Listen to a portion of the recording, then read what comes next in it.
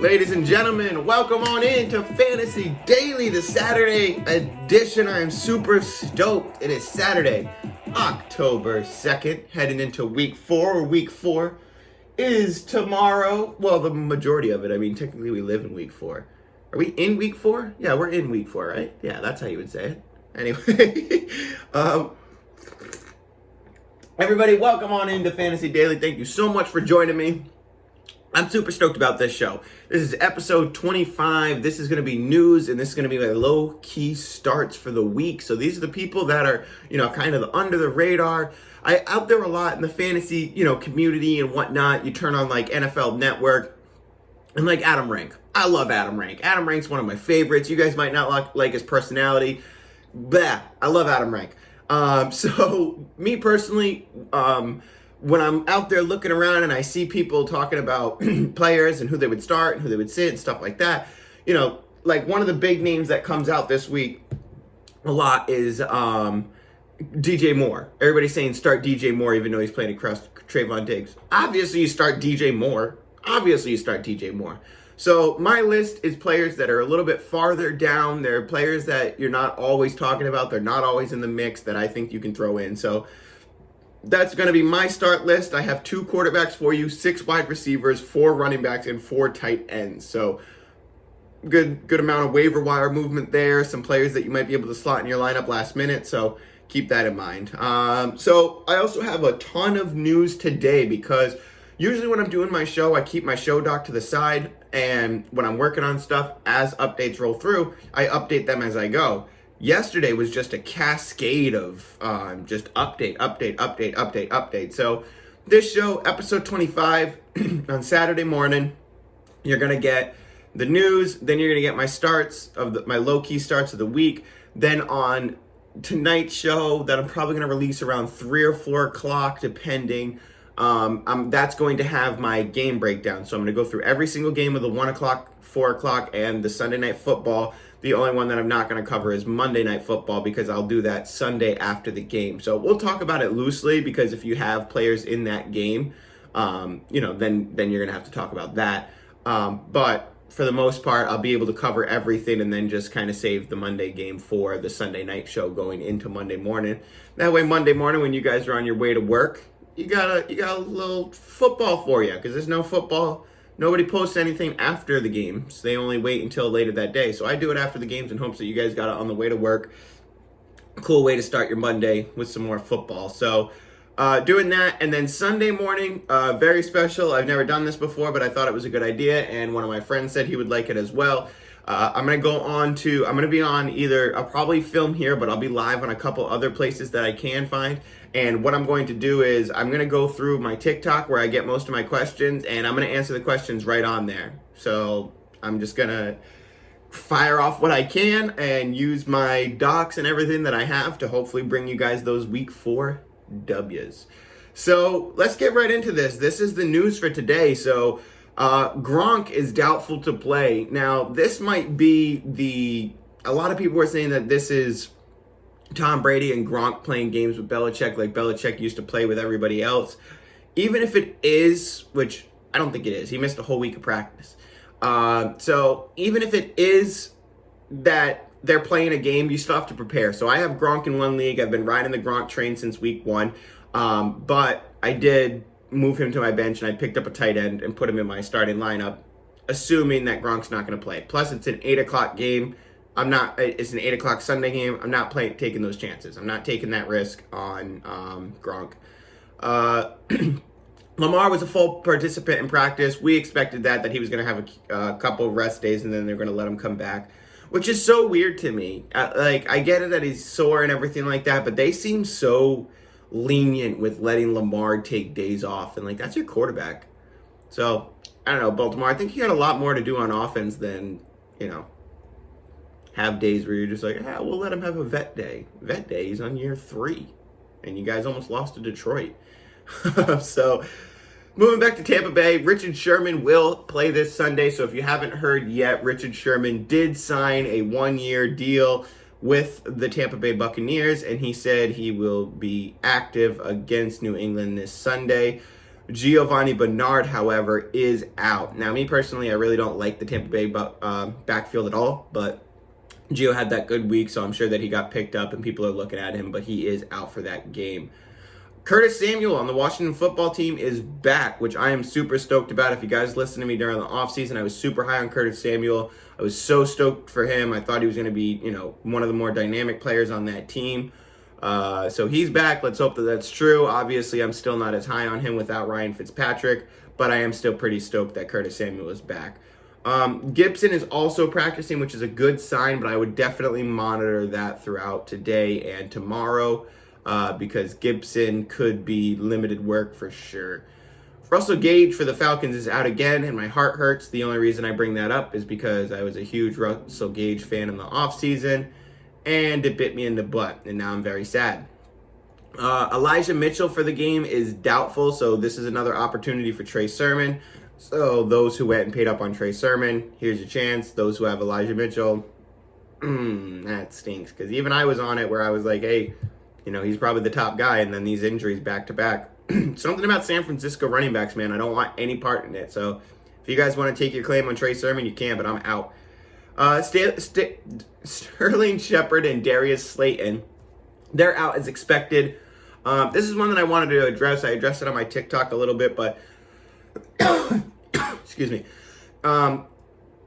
When Shepard and Slayton both left, if you look at the box score, Colin Johnson was definitely the guy that was more heavily targeted. But at the same time, I think that Kadarius Toney has a lot of upside here because he had a higher snap count than Colin Johnson. And going back through the footage, a ton of people were sharing footage of Kadarius Toney where he was wide open, breaking routes, and the ball just wasn't coming to him. So hopefully Kadarius Toney stays on the field. He keeps that upside. And I really feel like he's going to be super cheap. Like, nobody's going to go get him. Colin Johnson is the same way. They're both going to be, widely available on the waiver wires. So it's up to you if you're desperate and you really need to make something work. I feel like these guys have to get some targets at least due to the fact that there's nothing over there. So it's up to you guys to take a look. I would lean Kadarius Toney for the upside, but Colin Johnson seems to already have the connection. So we'll see what happens. Maybe it was just a Colin Johnson game where he happened to be in the right spot at the right time 7 times in a row. Ryan Tannehill, he said he is a big fan of Nick Westbrook-Ikhine, and this is a piece of news I don't think we can ignore. So Julio Jones and A.J. Brown are out, which Derrick Henry is going to get 55 carries in this game. But Tannehill said he's a big fan of Nick Westbrook-Ikhine, and I know that the back and forth for a while, Chester Rogers, that's the name that kind of pops into your head when Julio Jones and A.J. Brown aren't out. You go, Chester Rogers. But we saw in the game after both of them went down, Nick Westbrook-Ikhine was clearly the better wide receiver on the team, and he's good, man. He looks good. So Tannehill being a fan of him, both those guys being out, they're playing the Jets.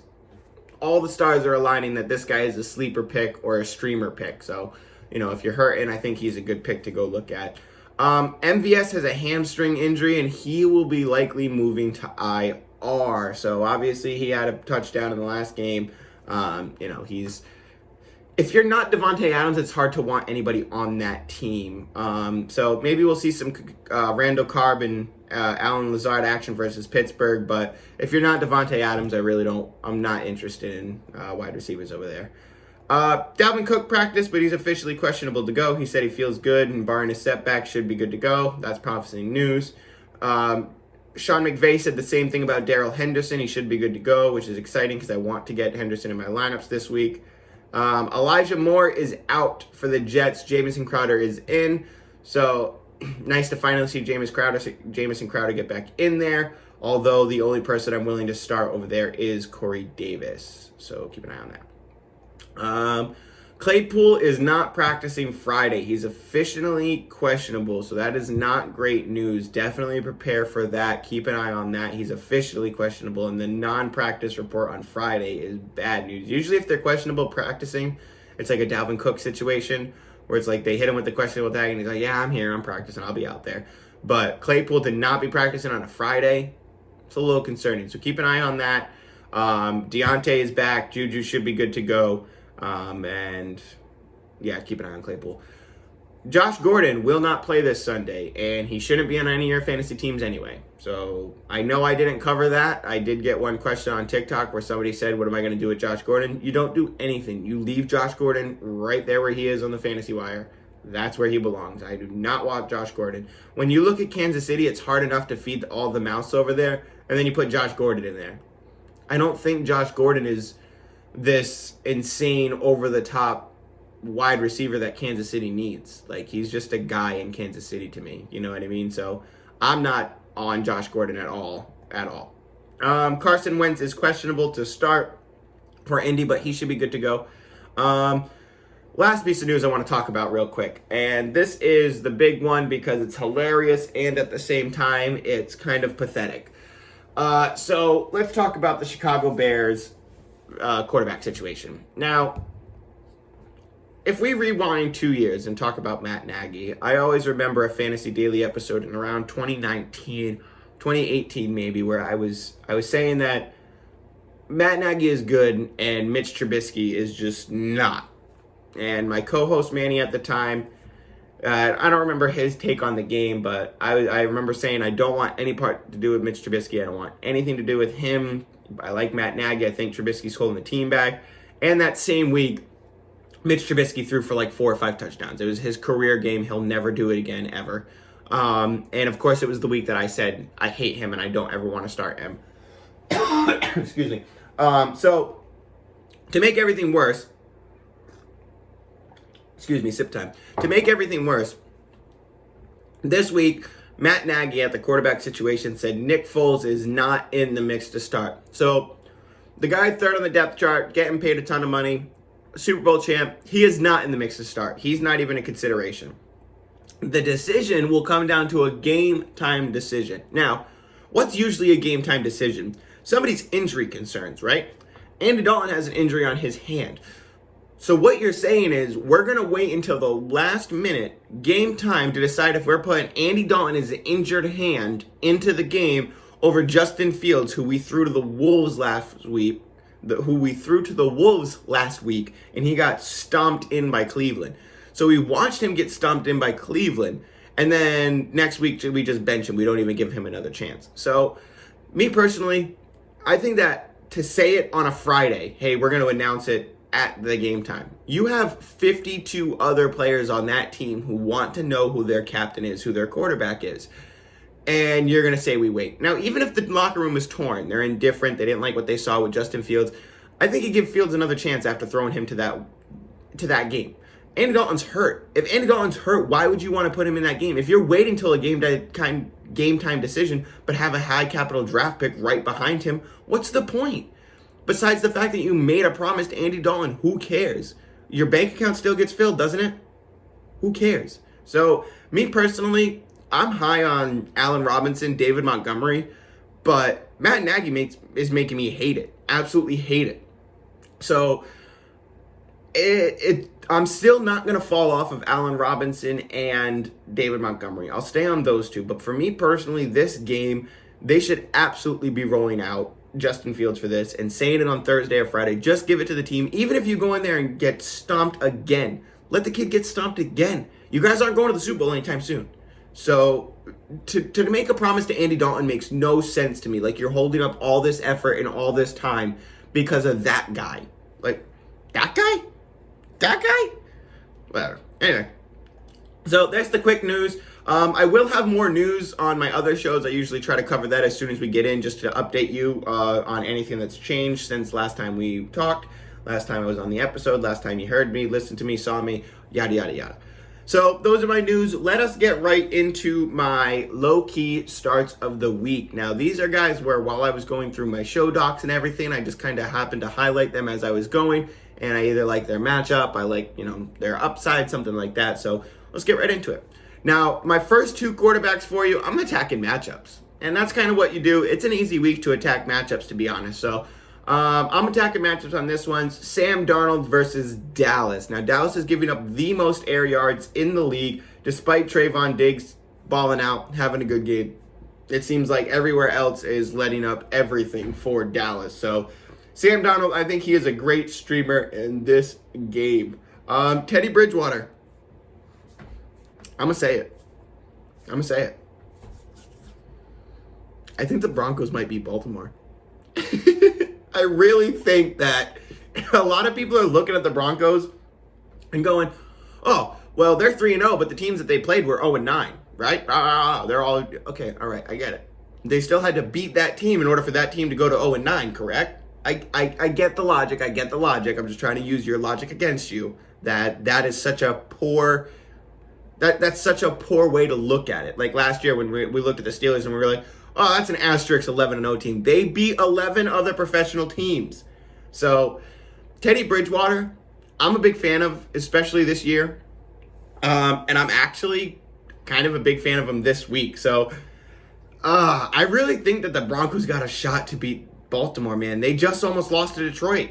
And I think the Broncos are a better team than Detroit. They're a better defense. So, I think Teddy Bridgewater's got a real chance. I like him in this game. Baltimore's letting up the second most passing yards in the league.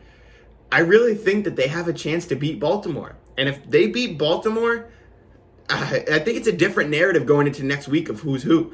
But I like the Broncos, man. I want them to win. I want Teddy Bridgewater to win. I want them to have good games. So I really think that the Broncos could beat Baltimore tomorrow. Moving on to running back.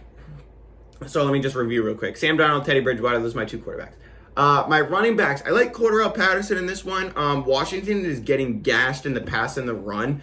And I just don't think that Mike Davis has enough utility, as much utility as Darrell Patterson does. So I think in this game specifically, I really do like Darrell Patterson. And he's kind of a mid-range guy where not a lot of people are, high on him. So even if you really needed a spot start, you might be able to trade something you don't need to get him. And I think that he's going to have value throughout the year. So Darrell Patterson, I think you could throw him into your lineup this week. Moving on, Darrell Henderson. Now this is kind of an obvious one, so I feel like I'm almost cheating here. But a lot of people were saying, what do I do with Darrell Henderson? I'm worried, the injury concerns, stuff like that. Arizona's letting up the most rush yards in the entire league. So despite the injury, I still want to roll Darrell Henderson out there, even if he's out there for 60% of snaps and Sony and whoever else takes the other 40. I think those 60 could still be super, super valuable. So I'm willing to roll with Darrell Henderson. A lot of people seem to be scared about the injury concerns. I don't think you should be scared about the injury concerns at all this week with Darrell Henderson. If Sean McVay says he's good to go, I believe him. He's good to go. Jonathan Taylor and Nyheim Hines are my next ones, and this is kind of the same argument where a lot of people out there were upset about Jonathan Taylor's performance last week. They're playing against Miami. 6th most rushing yards allowed, 11th most passing yards allowed, so really getting gashed on both sides, and both these guys are that player.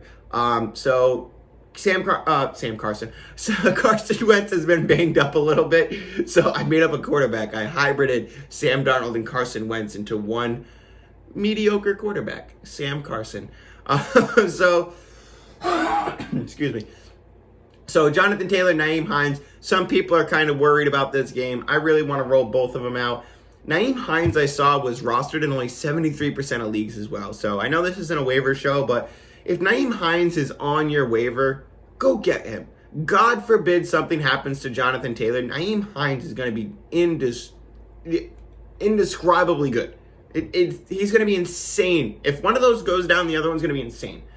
So I like both of those guys against Miami, despite people kind of being a little bit worried about what's going to happen. My last one is my reach pick. And he kind of just popped out to me where I was like, oh, this could kind of be that game. It's J.D. McKissic. I think that J.D. McKissic is worth a flyer in desperation because Gibson seemed banged up. And in this game, it could be one of those back and forth between them where you see the timeshare. And if they're playing Atlanta, I still kind of like the upside of J.D. McKissic to get the ball. So as much as I want to lean full Gibson in this game, it's difficult for me too because of the injuries that they talked about this week. There was a lot of reports on Antonio Gibson where it was like trying to say he's going to play, but also we're not sure. So to me, it was very up in the air. Like we weren't getting all the information. So with that, I think that J.D. McKissic might be worth a flyer this week, but he's also one of those people where it's a desperation play. You have no other choice, and J.D. McKissic's the only one there. So he could really blow up in your face as well. So those are my running backs: Darrell Patterson, Darrell Henderson, Jonathan Taylor, Nyheim Hines, and J.D. McKissic. Moving on to wide receiver. Now, I got to take my loss here. You got to do it. I'm sorry, Brandon Ayuk. I'm sorry. I said I don't like you. I said I would drop you for somebody else. But hey, in one league, I dropped you to get Marquise Brown. So I don't care. But depending on who you grabbed, I really didn't want to keep Brandon Ayuk on my team. But now this week, he's playing Seattle, who's given up a ton in the air. He played 86% of snaps last week. He had the touchdown. So blah, blah, blah. All the stats point to him having a good game and Jimmy G having a good game.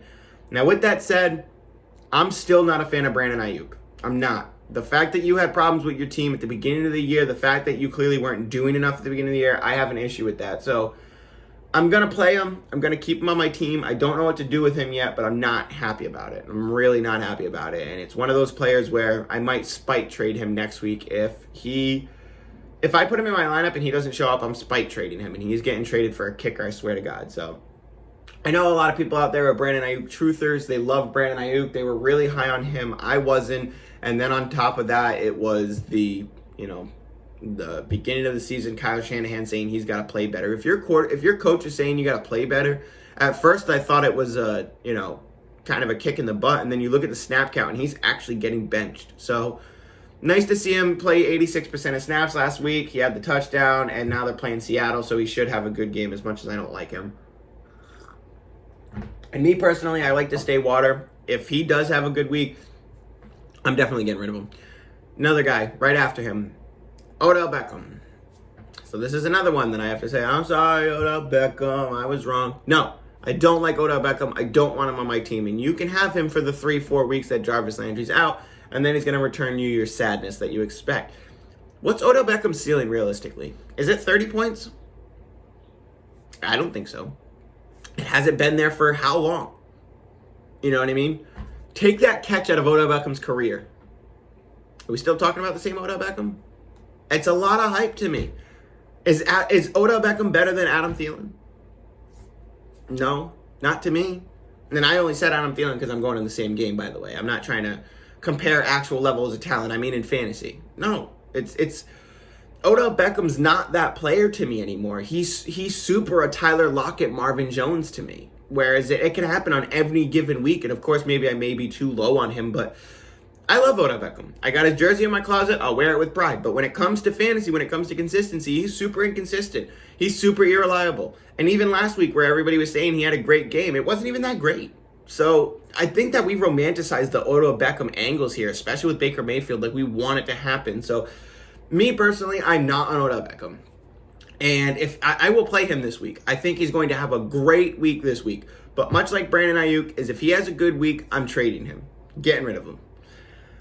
Moving on, next guy that I really like is Tim Patrick versus Baltimore. So at the beginning of the year, I was saying I like KJ Hamler. I think it's going to be a split between those two. KJ Hamler tears his ACL. Tim Patrick, lead guy, lead wide receiver 2 now behind Courtland Sutton.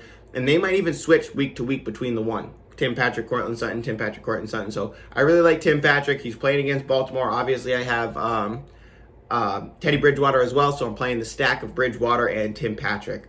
The next wide receiver that I really like, that's Cole Beasley. Very simply put, he's getting crazy targeted. So got to go with the targets there.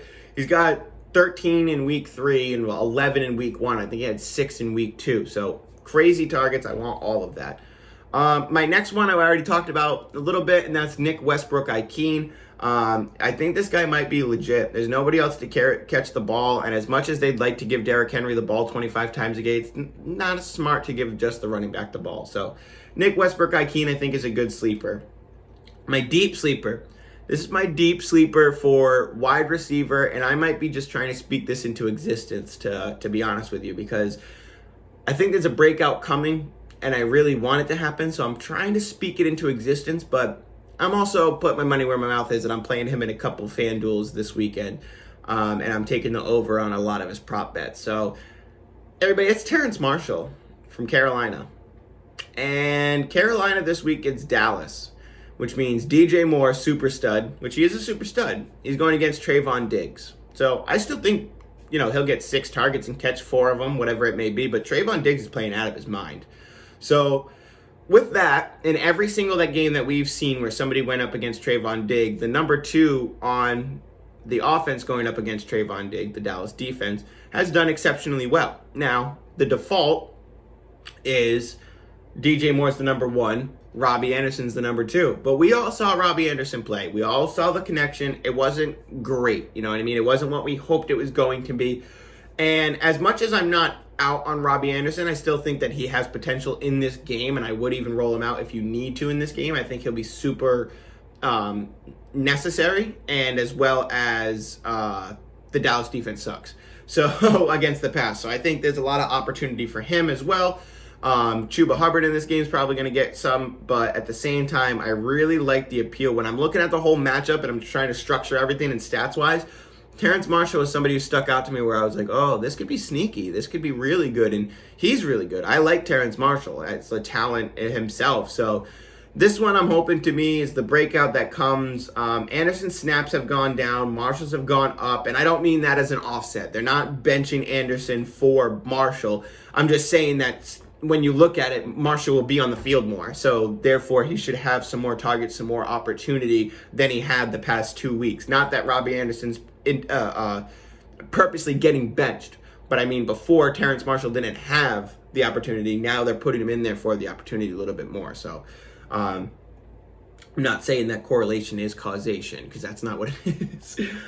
So Terrence Marshall should be on the field a lot. I really like him in this game as being the guy who's not playing against Trayvon Diggs, and I really think this could be a big breakout game. So I'm excited to throw him into my FanDuels. I'm big on him this week. Excited for that, so go ahead and take a look at those.